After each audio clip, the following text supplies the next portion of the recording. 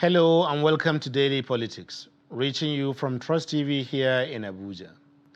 On this program, we discuss issues around politics, policy, and governance. I am Suleiman. To sack or not to sack? Which is right? Issues around the tragic Abuja-Kaduna train attacks by yet-to-be-identified bandits last Monday spilled over onto areas of politics and governance during the weekend. Following his Friday sermon, the Abo Legislators' Quarters Central Mosque Committee first suspended its chief imam, Muhammad Nur Khalid, on Saturday, and then in a letter dated Monday, 4th April 2022, entitled Letter of Disengagement from the Services of the National Assembly Mosque, the Mosque Committee parted ways with the Imam. The letter, signed by Chairman of the Mosque Committee, former Senator Saidu Sadau, accused the Imam of not showing remorse following his suspension. The letter reads in part, quote, "This action is occasioned by the non-remorseful attitude you exhibited following your suspension on 2nd April this year. Akramakallah, you know better than me, by the teaching of Islam, the essence of administering punishment is to correct behavior. Unfortunately, your media reaction to the suspension creates the impression that you are not remorseful, not to talk of humbly reflecting on the consequences of your utterances." Unquote. Since then, Imam Nur Khalid has since reportedly got another job as chief imam somewhere in Abuja. But the issue has generated so much controversy and interest among many Nigerians, especially on social media. So tonight we ask, to sack or not to sack, which is right? My guest today is one of the two major actors in this story, who is Sheikh Muhammad Nur Khalid himself. He was, until last week, the chief imam of Abo Legislative Quarters Central Mosque here in Abuja. You're welcome to Daily Politics. Thank you very much for having me. You're welcome. But before we continue, we'll take a short break. When we return, we'll go straight into it and bring you the analysis and the insights of what really happened and why. Stay with us.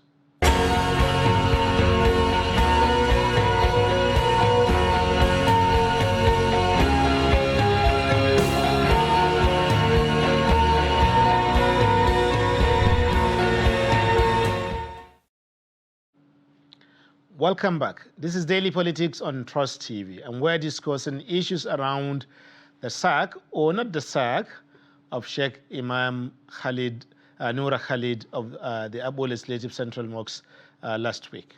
But before we go into the discussion with my guest, who is the Sheikh himself, we will take a moment to bring you some of the things that the Sheikh actually said during that Friday sermon before he was suspended on Saturday, and then by Monday he was given disengagement later.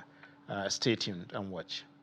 Today we are going to look at the relationship between Ramadan and dua, supplication.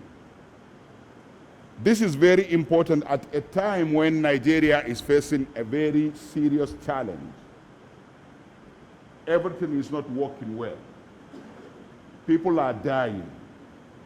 Our roads are not secured. Most of the parts of the country is not secured. And the government is always telling us what we don't understand, that they are doing their best.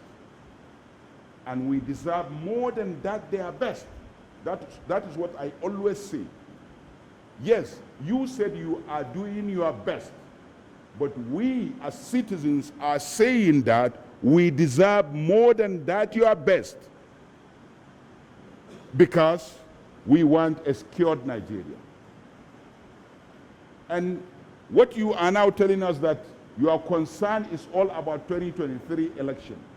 And what I'm advising the citizens to do is to send a message that yes, we are going to vote in 2023, but under condition that there must be security in Nigeria. Period to that, we are not going out to vote anything. If that's the only language you understand, we're going to speak it. Because our lives are important. We are people. We want to live. And our dignity is important as well. Our wealth is important. Every part and bit of us is important. Therefore, you must do something to scare our life and to make our security workable. Thank you. So, Sheikh, I think this is a good place to start. You were on that video. It was your sermon last week, Friday. You were the person who delivered those words, you know, and so on. But like me here and Nigerians at home, you had to watch a replay of that sermon. Do you think there's anything that you said that day, you know, that you would have right now want to change, particularly since what has happened between then and now? Every word there is my word, and I stand by it, and I pray, may the Almighty put it in my record and read it for me in the hereafter, because I believe it's a rewardable act. I am trying to preserve lives of innocent Nigerians. I am trying to revive the morale of the government. I am trying to remind them that democracy is not all about election, but it is most importantly about life preservation. Protection of life and property is one of the duties of every sensible, reasonable government. So what is wrong there? I don't see anything wrong. But if somebody can see something wrong there, he can remind me, he can educate me. So do you believe that it is wrong of the Mosque committee to have found certain things, to take offense with some of the things you said, and then suspended you first, and then disengaged you based on those words that you said? I don't want to call it the wrong of the committee, because there wasn't any committee meeting before the action. Okay. It was a one-man business, one-man decision. He took this decision, 1 or 2 men or 3, not a quorum of a committee. How many members of the there in the committee? I can't recall, but let's leave it as you said, committee. Okay. I don't want to call it a wrong decision, because if I do so, it means I want to go back to that place. But I want them to ask Nigerians, to ask the reactions of Nigerians. Are Nigerians happy with the situation? Are they supporting killing and bombing of our roads, our train? By their action, they are telling Nigerians, especially the chairman who came from Zamfara, he is sending signals to Zamfara people, a very bad, wrong signal. He is sending messages as a former senator of the Federal Republic of Nigeria that he is now behind the bandits. He is happy with what they are doing. That is the meaning. But you can't say you suspend me because you sack me because I said let's have a united, free Nigeria, free from bandits, free from crime, free from terrorism, free from conflicts, free from insecurity. I am asking for secured Nigeria. Is that abomination? Is that a sin to ask for secured Nigeria? But in his letter, which is out there in the public domain, at least, it's widely available on social media. In the letter, he said, one of the things he said is that the suspension and the subsequent disengagement was not because of your calling for the stop to the kidnappings and the killings and so on, but because you called for Nigerians not to vote in the 2023 elections. You've heard the video. Okay. Is it a call not to vote or to vote under condition? Let him check his English very well, if it is a matter of the English or my English is not right. But I said, yes, that was the first word. Yes, we are going to vote. That is the first statement. But what? Under what? Condition that provide security before 2023. If you become upset against that, because of that, and take any action, you are telling us that you know that there wouldn't be a security in Nigeria before 2023. That you guys are not willing or are not able. Either there is no political willingness to bring security, or you know that it is impossible to bring security before 2023. Which one are you telling us now? But if you know that there is a political will to bring security, and our government is capable of bringing security, then you will just laugh and tell me that before 2023 there will be security. Which one is he telling us that he's telling us? The thing is, the point maybe they are trying to make is that without voting in 2023, you will have a constitutional crisis that is worse than the security situation, because there will be no legitimate government at all. There will be no person to take over from the presidency. And then you will have even no country whatsoever, because it's not just some places that will be ungoverned. The whole country will then be ungoverned. That such a scenario can even be worse than the current security situation. So the assumption is that scenario is what you were calling for. How do you answer to that? I will answer to that by saying that, why did you think that I am calling for no voting? No voting. That is not my call. But you can reinterpret it the way you want. But people understand what I said. Okay, let's assume that 2023, if there will not be election, there will be chaos, there will be anarchy. Did you forgotten that a sitting governor said that the bandits are able to shut down Nigeria? They have the capacity to shut down Nigeria. Have you heard that or not? Yes, I have. Now, if that is the situation on ground, if we did not take action before 2023, what if they shut down Nigeria?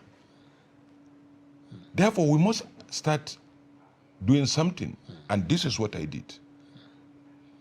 To tell the government that there could be no election by 2023 if you did not take action. I may put it in a different language, just to send the message into their minds. And I am lucky to do that. The message has gone viral. Everybody has had it. And whether you like it or not, it will bring positive change in Nigeria.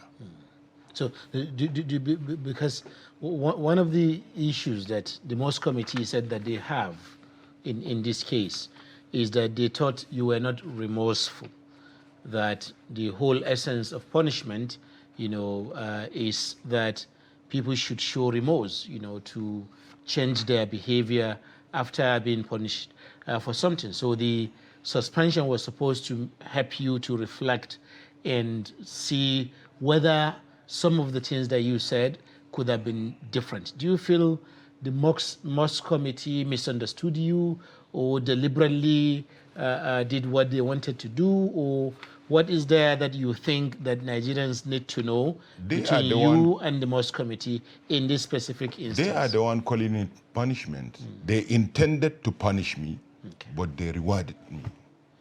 It is a reward to me, because Nigerians now know more than before.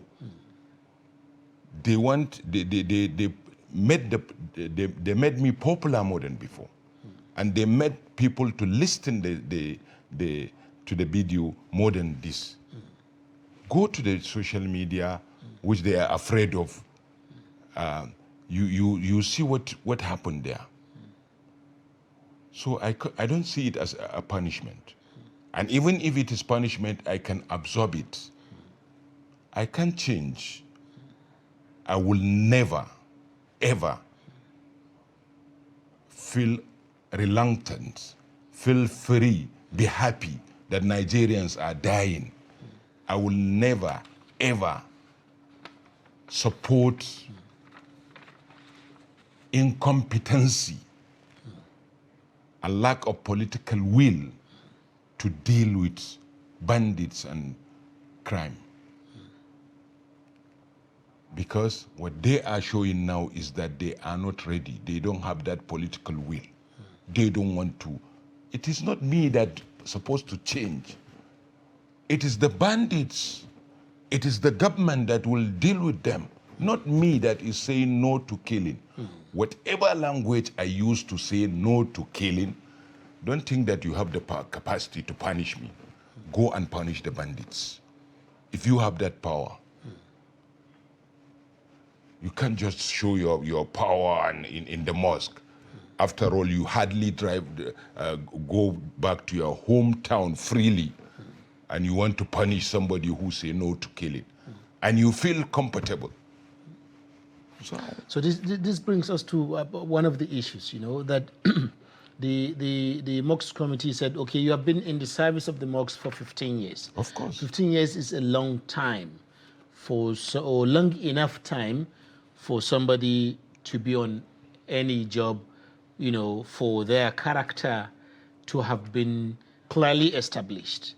So do you feel that it is only now because you are saying this against the government of the day that they are not happy, or is it that is it something else? Because the mosque clearly stated that you have been in their service for 15 years and you are used to criticizing previous governments.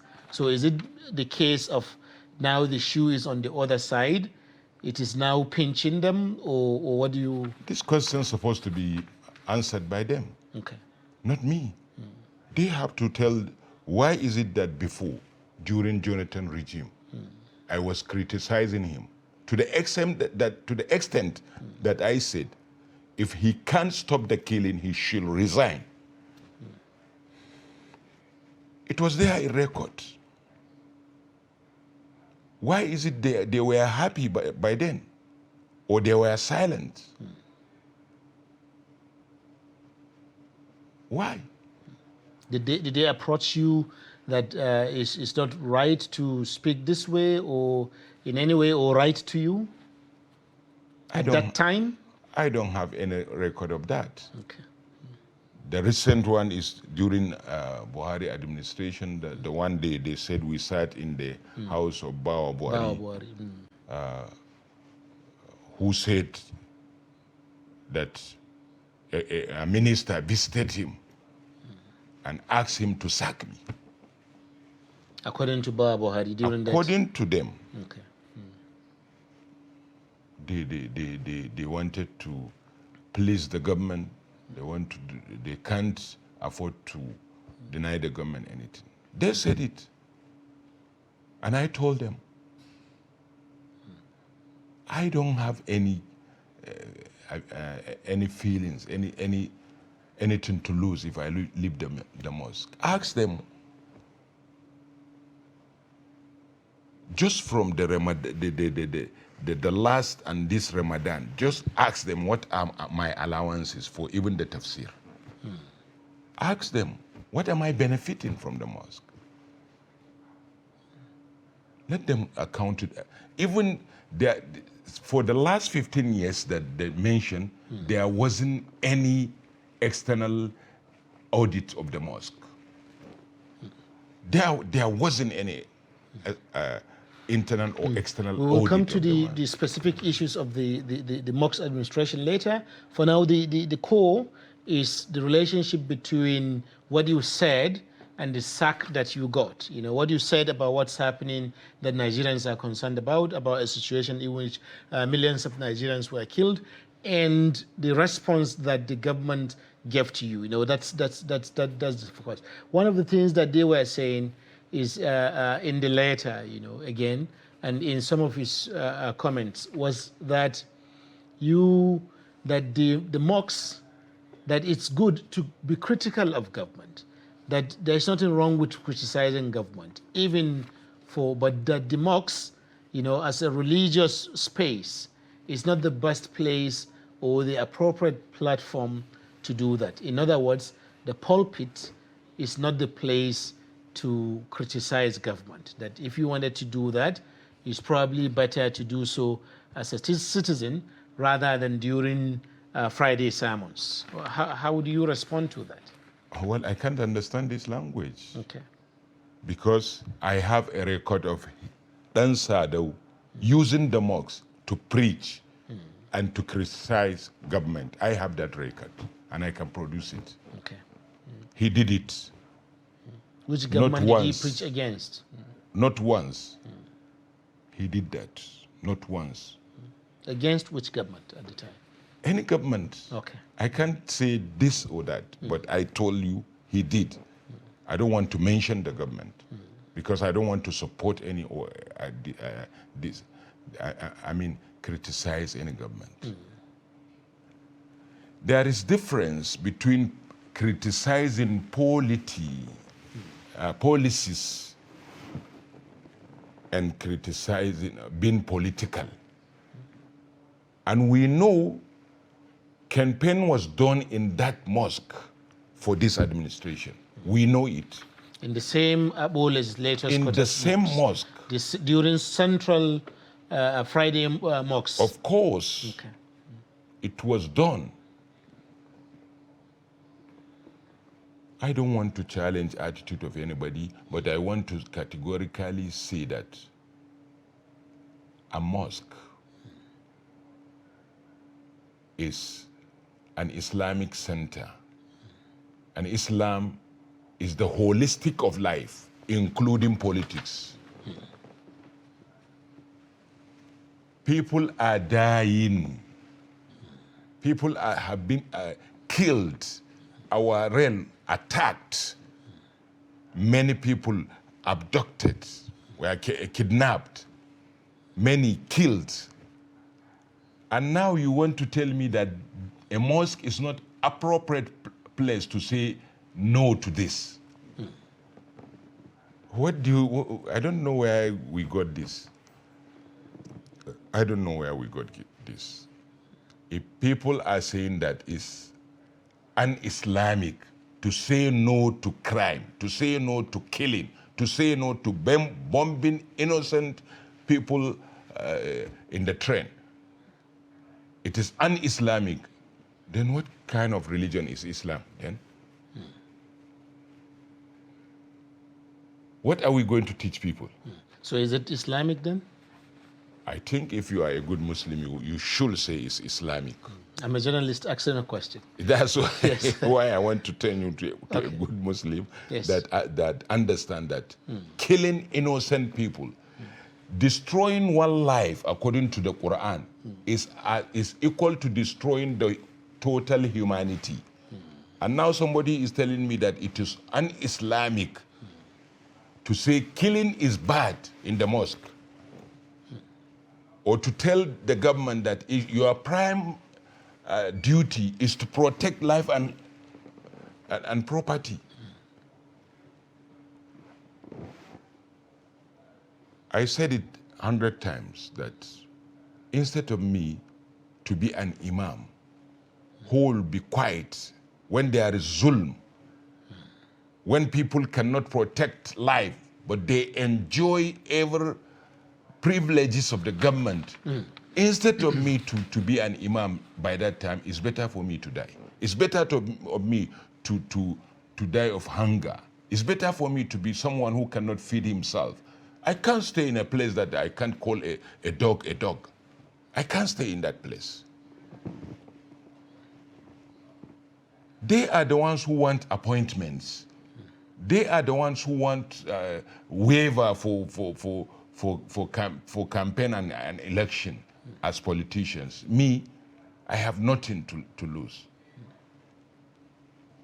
And then some people would say maybe that's part of the reason you are speaking out, that you don't feel the privileges of the state yourself. You know, is that the reason, rather than your interest on being on the side of the public? I am always on the side of the public because I am one of them. Okay. I am one of them. From every dichotomy you look, from every angle you look, I am from the masses. My children go to public school. I stay in a local area. I reside in a local area. I sit down and eat with them, with the local people. My students are local people, the masses. I move around with them, so I feel what they feel. I'm not caged in a place where I don't know what is happening. And I don't want any privilege from the government which is not right. I only want my rights. Are you saying that, are you implying that someone else is in the place where they are caged so that they cannot understand what's going on in the country? You can't deny that. Who is that person? Well, you have to make investigative journalism to know him. So, but maybe let's go down some of the more personal, rather personal issues that the senator raised in his letter of disengagement to you. That, okay, the reason that you are doing this is because you want to show off, and that he even quoted a verse of the Quran that frowns upon showing off, that you enjoy the eulogies that you receive, the praises that you receive from the public and on social media. Are these your motivations for speaking out, or is it out of a sense of justice, or why? I don't know whether somebody out know my names. If you call me Muhammad Nuru Khalid, there's names given to me officially from, formally my parents. No. But I am popularly known as what? Digital Imam, because I use social media since before any person know about what is social media.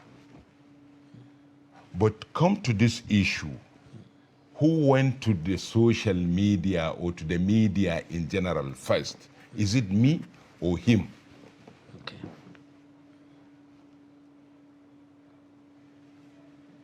Even before I received the letter of suspension,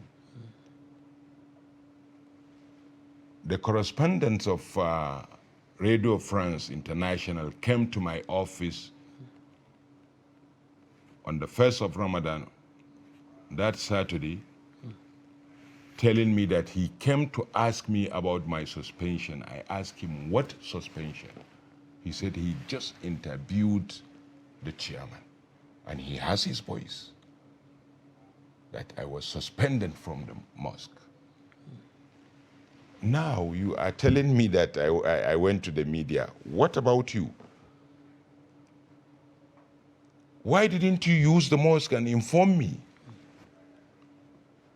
What motivated you to go to the media?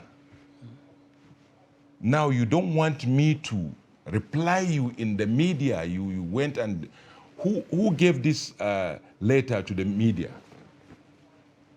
Am I the one? They have brought this letter to me, and I told them that no, there is a caption that I'm not comfortable with it, and I don't want to kick against it in the public. So kindly tell him to remove that portion, because it is not right for him to say, and I come publicly and say he was lying. They didn't bring it back. The next thing, before an hour, I saw it in the social media, and I didn't, in one way or the other, reacted to it. I even shared it on my platform so that people will know. If you are uncomfortable with my followers on social media, well, you go and create another platform that will be contrary to my own. Why I created social media handles is for me to propagate my tafsir. I was doing that always. And I don't know when I started attracting followers. I come to realize that I have a lot of followers because I'm not biased. Because I try to unite Nigerians. Because I say no to corruption. Because I say no to killing. Interesting. So but when we return, we'll be continuing from where we just stopped. Thank you for staying with us. So far, we're discussing issues around the disengagement of Imam Muhammad Noor Khalid of the Abu Legislative Central Mosque last week by the chairman of the Mosque Committee, Senator Saidu Dansade. When we return, we'll continue. Stay with us.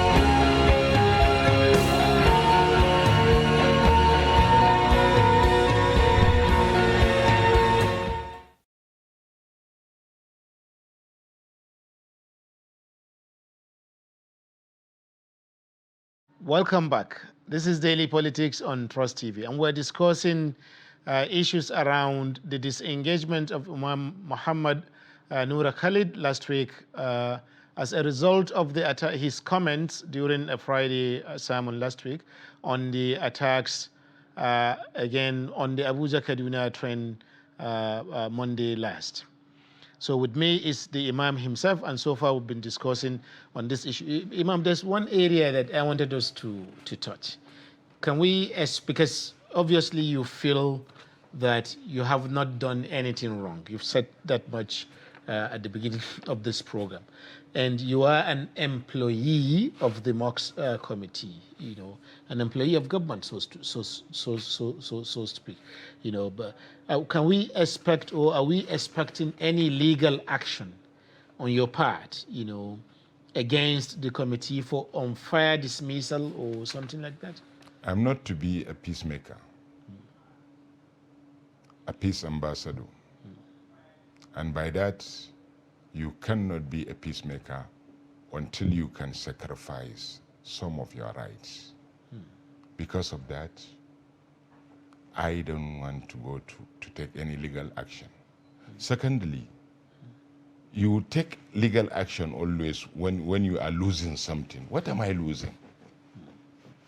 The mosque, the platform, or the people? The people are now showing more interest in me than before. I have platform. A mosque built was now given to me, and another place to erect a mosque was cited. So there is another plan. So we have plan that we are going to build a bigger mosque than that one, in a more strategic place than that one. Nobody will tell me that I'm losing something. But that's part of the complaints of the Mosque committee. You know, this was clearly stated in the letter by the of the chairman to you, that most of these things is for personal promotion, that you're doing this to promote yourself personally, you know, to show off, you know, that you to make you more popular, rather than because this thing is important or because you want to speak truth to power or other reasons. So this elevation, the way you're saying that the mosque, you've got another mosque, does that make it? Does that make you? I mean, does that make the senator and the mosque committee? Does that make them correct now? When they say they know my intention, what is the organ that intend? It is the mind. And anybody who claims to know what is in your mind, he is now claiming attribute of the Almighty. How did he know that I'm doing for promoting, for self-promotion? What if I ask him, what is his own motive? I can tell you 1, 2, 3, 4, 5, 10 of his actions that are questionable. I don't want to attack individual. I don't want. But I let his attack. Let him go and do it. I have no time for him. They say I did not report what he wants me to submit, to keep quiet, to come and beg. Ask them, what is my salary? Ask them, what are my allowances? What am I benefiting? All what I benefit from the mosque is my alhamdulillah, is a blessing from Allah, is a gift from Allah, but it is my effort. Allah gave me that ability to work hard. I work in the mosque. I am not negligent of my duty. So going beyond that, the comments that you made were against, were in reflection of the general situation in the country. Have you maybe have you had a situation where you feel that Nigerians themselves, for whom you made those comments, have you had a situation where you feel like they have somehow responded either positively or negatively to those comments that you made? They have responded positively. Okay. And that is what instigate him to make that last point that I was doing for my followers, for this and that. Because he has seen the comments and the attacks, words attacks he received. It's not my fault. They asked me not to speak to the media because we made it. You can't go to the media and talk of me and ask me not to talk in the media.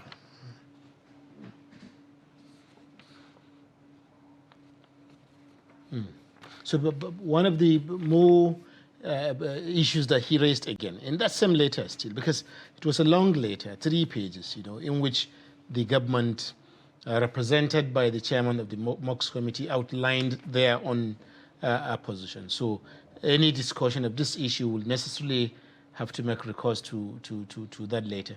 They said that in that meeting with at the house of former Honorable Baba Buhari, which you referenced earlier, that there were 2 other imams alongside you, or other people in similar roles like yourself, who equally promised to moderate their utterances during their own sermons.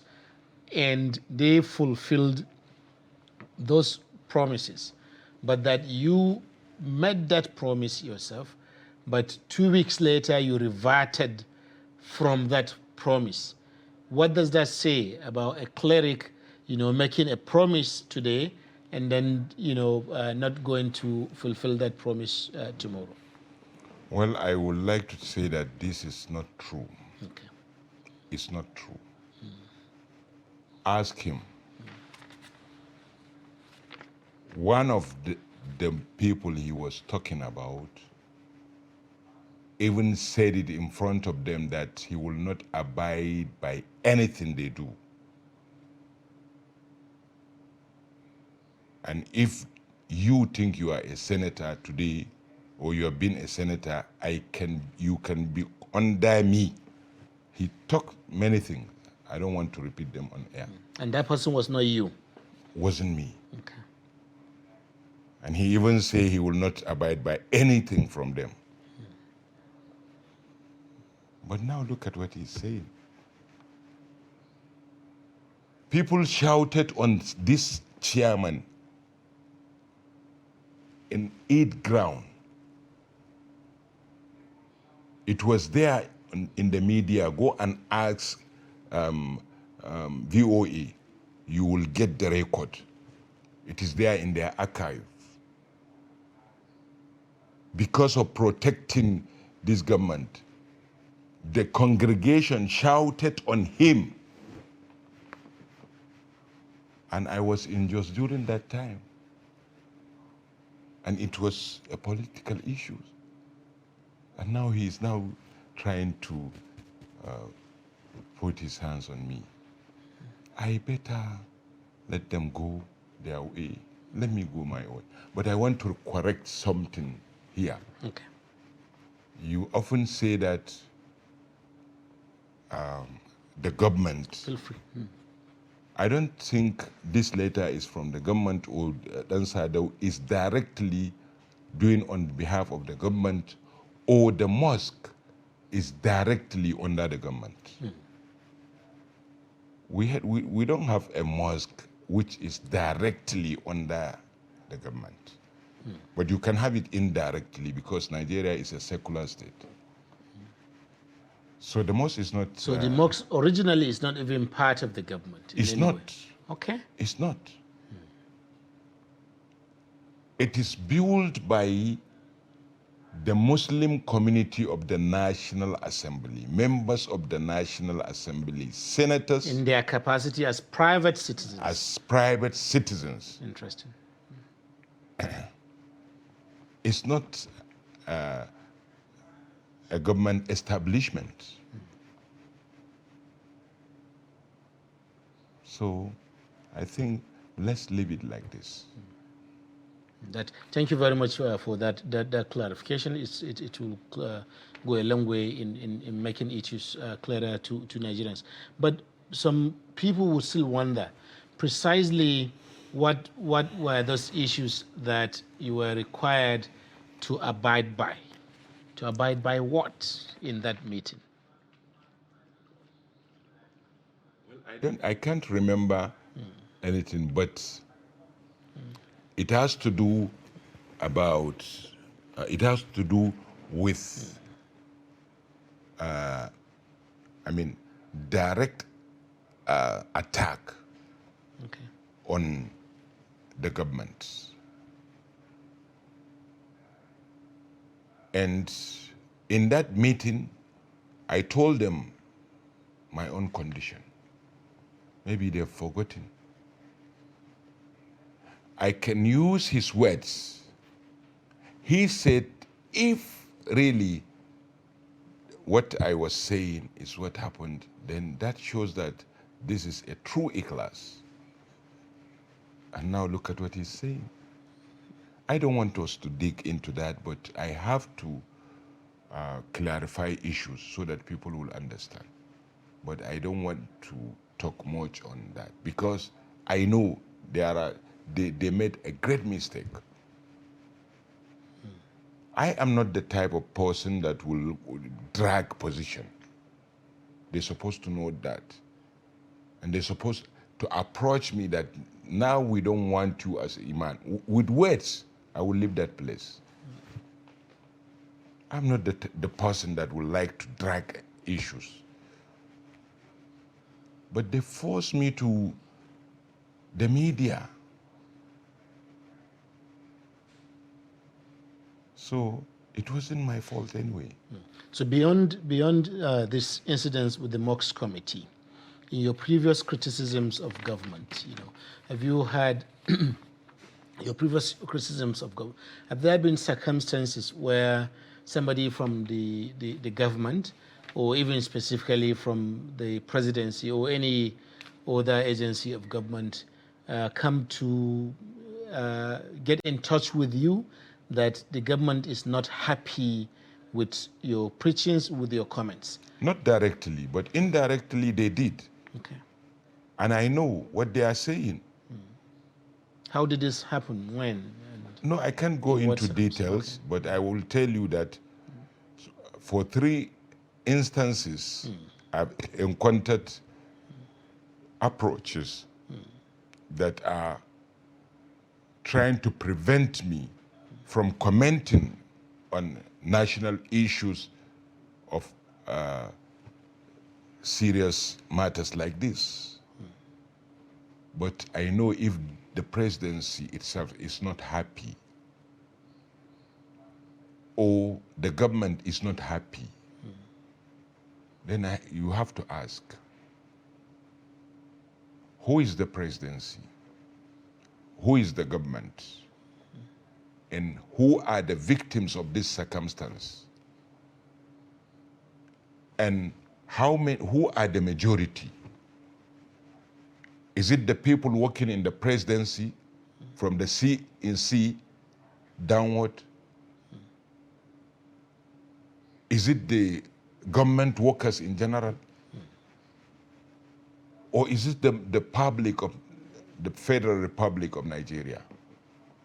Who are more important in this country? If there's somebody who is more important in Nigeria, I think the voters are more important than those benefiting from the votes. The masses are more important than the people working in the government. That is why we call them civil servants. They are to render service to the government. And the politicians are enjoying from the masses. So we have to respect the life and properties of those masses whom I am voicing for. I don't see anything bad in voicing for the less privileged in Nigeria. If no one to talk on their behalf, things are not going to. We are talking, look at the situation of the country. What if we are silent? Very few of us talk about the situation of this country. And I was happy because I'm now setting an example. If you are an imam, don't be afraid. It is just a mosque. Let them take their mosque. The Almighty will give you another platform. Thank you very much, Imam Muhammad Noura Khalid. It's been interesting having you on this show, and we hope that maybe someday in a different circumstance, to discuss other kinds of issues in politics, policy and governance, we will have you on the show again. Thank you for coming. Thank you very much. Thank you. Thank you also for staying with us, Nigerians. As we always say, it is because you take your time out to watch us. That's why we also try to be here for you with issues after issues in politics, policy, and governance. Join us tomorrow as we bring you yet another edition of Daily Politics on Trust TV. I am Suleiman. Goodbye.